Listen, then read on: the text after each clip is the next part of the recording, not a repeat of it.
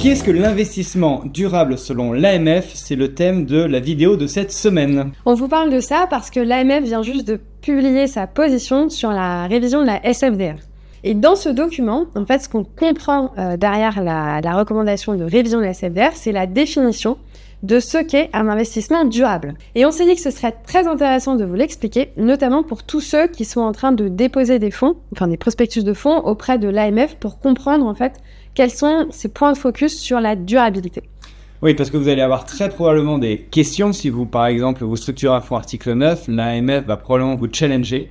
Et si vous comprenez ce que c'est qu'un investissement durable pour elle, ou alors en tout cas ce qu'elle voudrait que ce soit, ça peut vous aider à préparer vos réponses. Alors, que dit ce papier justement? La grande chose qu'il dit, c'est que l'AMF voudrait abandonner les produits article 8 et les produits article 9. Il voudrait que la SFDR abandonne ces produits. Deuxième chose, l'AMF voudrait revoir la SFDR pour pouvoir vraiment mettre en place des actions répressives à l'encontre de fonds qui ne respecteraient pas leurs obligations minimales au titre de la SFDR. Oui, donc ça peut paraître un petit peu étonnant, mais en écrivant ça ou en disant ça, on comprend entre les lignes quelque part que l'AMF a du mal à avoir des actions répressives pour les sociétés de gestion qui auraient mal classé des fonds article 9 ou article 8+, par exemple. Parce que la réglementation actuelle, justement, la SFDR actuelle n'est pas suffisamment claire. Troisième chose importante de ce papier, c'est... L'AMF voudrait que les fonds durables soient comparables entre eux d'une manière très facile et elle propose de les comparer avec des indicateurs très simples. Et objectifs. Et objectifs, merci.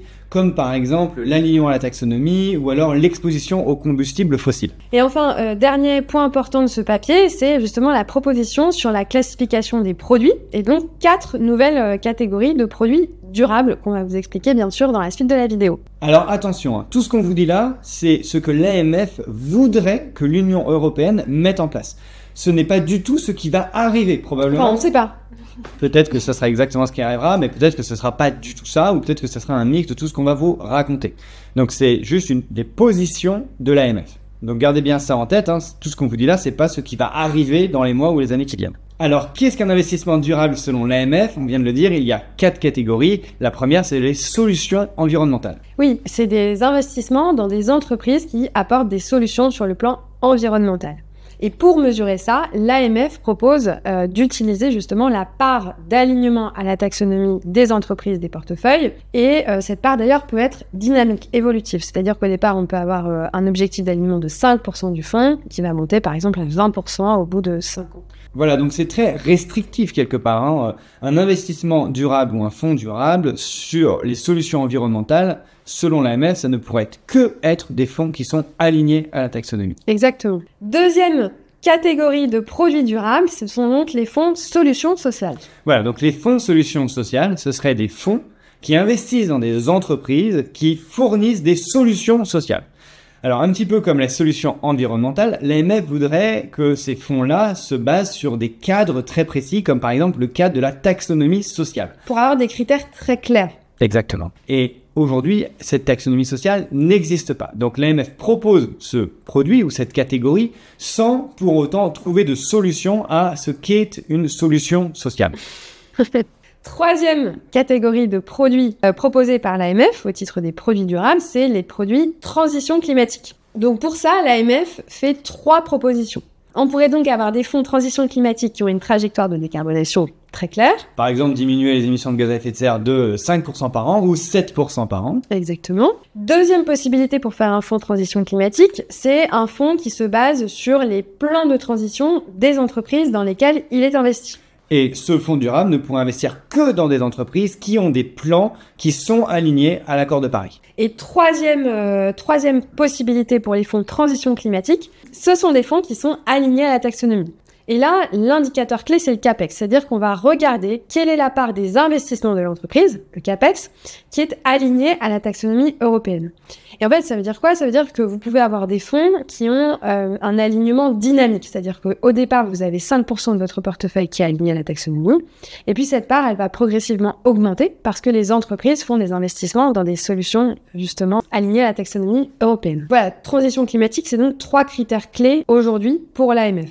Et maintenant, quatrième catégorie de produits durables proposés par l'AMF. Ce sont des fonds qui auraient des notations ESG sous contrainte, contrainte par l'Union européenne. Et ce que propose l'AMF, c'est finalement quelque chose qui ressemble énormément au label ISR, c'est-à-dire avoir une grille où il y aurait une pondération de 20% sur l'environnement, au moins 20% sur le social, au moins 20% sur la gouvernance, qu'il faudrait qu'on exclue tout un périmètre, un univers, donc exclure par exemple les 20% les moins bonnes, ou alors avoir une idée d'augmentation de la note moyenne, ou alors avoir une idée de la note doit être meilleure qu'un univers particulier. Donc là, vous regardez un petit peu comment est créé le label ISR, et finalement, on retrouve de nombreuses choses dans cette catégorie numéro 4. Alors, qu'est-ce que c'est qu'un investissement durable pour l'AMF? Soit c'est un investissement durable sur le plan de la taxonomie, pour tout ce qui est durable d'un point de vue environnemental. Pour tout ce qui est durable d'un point de vue social, finalement, ce que dit l'AMF, c'est qu'aujourd'hui, il n'y a pas vraiment de cadre, donc ça sous-entend qu'aujourd'hui, on peut pas vraiment avoir un investissement durable sur le point de vue social. Ensuite, ça peut être la transition, mais la transition que climatique. On n'est pas dans une transition, par exemple, de meilleures pratiques, de diminution des déchets d'une entreprise ou de diminution de la quantité d'eau ou la diminution de la quantité de plastique. Tout ça, ça ne rentrerait pas dans la transition. On reste que sur le climat. Et enfin, ce serait finalement des fonds qui sont labellisés et qui ont certaines contraintes au niveau de leur grille ESG. Oui, donc ça, c'est les 4 catégories qui ont été présentées. L'AMF ajoute que des catégories additionnelles pourraient justement être créées dans le futur, comme par exemple les fonds biodiversité. Maintenant, on voudrait juste ajouter quelques éléments qui sont assez clés, donc sur les risques de durabilité, et puis enfin d'autres petits points que l'AMF a présentés dans le papier dont on vous parle. Donc les risques de durabilité. La première chose que l'AMF dit, c'est qu'elle souhaiterait que tous les fonds article 6 précisent dans leur prospectus qu'ils ont des risques de durabilité, au même titre qu'ils ont des risques financiers, comme un risque de liquidité, un risque de crédit, etc. Première chose. Et la deuxième chose importante, c'est sur la quantification des risques. L'AMF aimerait que tous les fonds quantifient l'incidence des risques de durabilité sur le rendement du produit. Ça permettrait de comparer les fonds les uns aux autres pour voir ceux qui ont le plus de risques en matière de durabilité. Et elle veut pas des étoiles, elle veut pas des niveaux, elle veut juste un chiffre de performance sur une perte possible du fonds. Et ça, c'est extrêmement important. C'est aussi quelque chose que demande l'article 29, que très peu de sociétés font correctement. On voit très rarement le risque de durabilité, c'est 3% par exemple sur le fonds.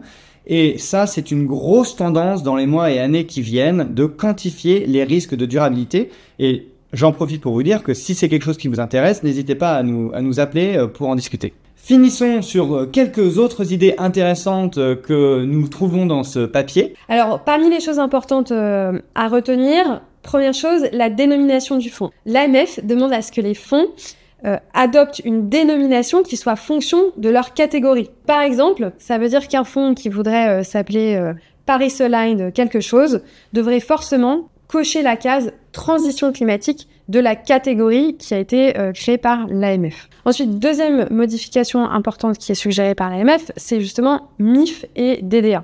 L'idée, c'est, vous savez, que donc on prenne en compte aujourd'hui les préférences de durabilité des épargnants dans le choix des produits financiers. Or, aujourd'hui, les catégories qui sont dans la réglementation MIF et DDA ne correspondent pas aux catégories de la SFDR, pas vraiment. Et donc l'AMF dit qu'il faut évidemment mettre toutes les réglementations à jour pour que on ait les mêmes catégories de produits financiers pour les clients retail et puis pour les producteurs de produits financiers. Troisième modification importante. Troisième modification, c'est l'ajout possible de nouvelles catégories, mais ça, on l'a dit un petit peu plus haut. Et enfin, la dernière, c'est finalement de dire que la SFDR ne devrait s'appliquer qu'au niveau des fonds. Aujourd'hui, la SFDR, elle s'applique au niveau des fonds et des entités. Les sociétés de gestion doivent publier des PAI, par exemple, au niveau de toute l'entité. L'AMF dit, grosso modo, que personne ne les lit et que ça sert à rien. Et c'est ce qu'on comprend. Donc on comprend rien. Et donc, du coup, elle dit, on oublie au niveau de l'entité, ça n'a pas vraiment de sens. Par contre, ce qui s'applique au niveau de l'entité, c'est la CSRD.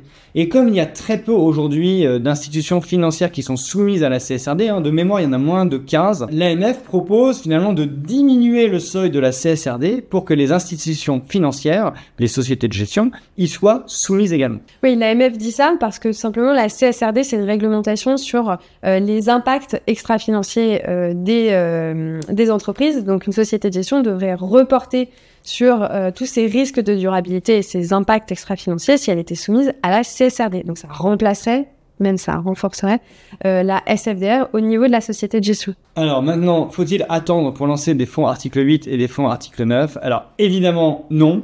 La mise à jour de la SFDR ne va probablement pas arriver en 2024. C'est pas sûr même qu'elle arrive en 2025. Donc si elle arrive que en 2026, n'attendez pas pour continuer à lancer vos fonds article 8, 8+, ou 9, etc.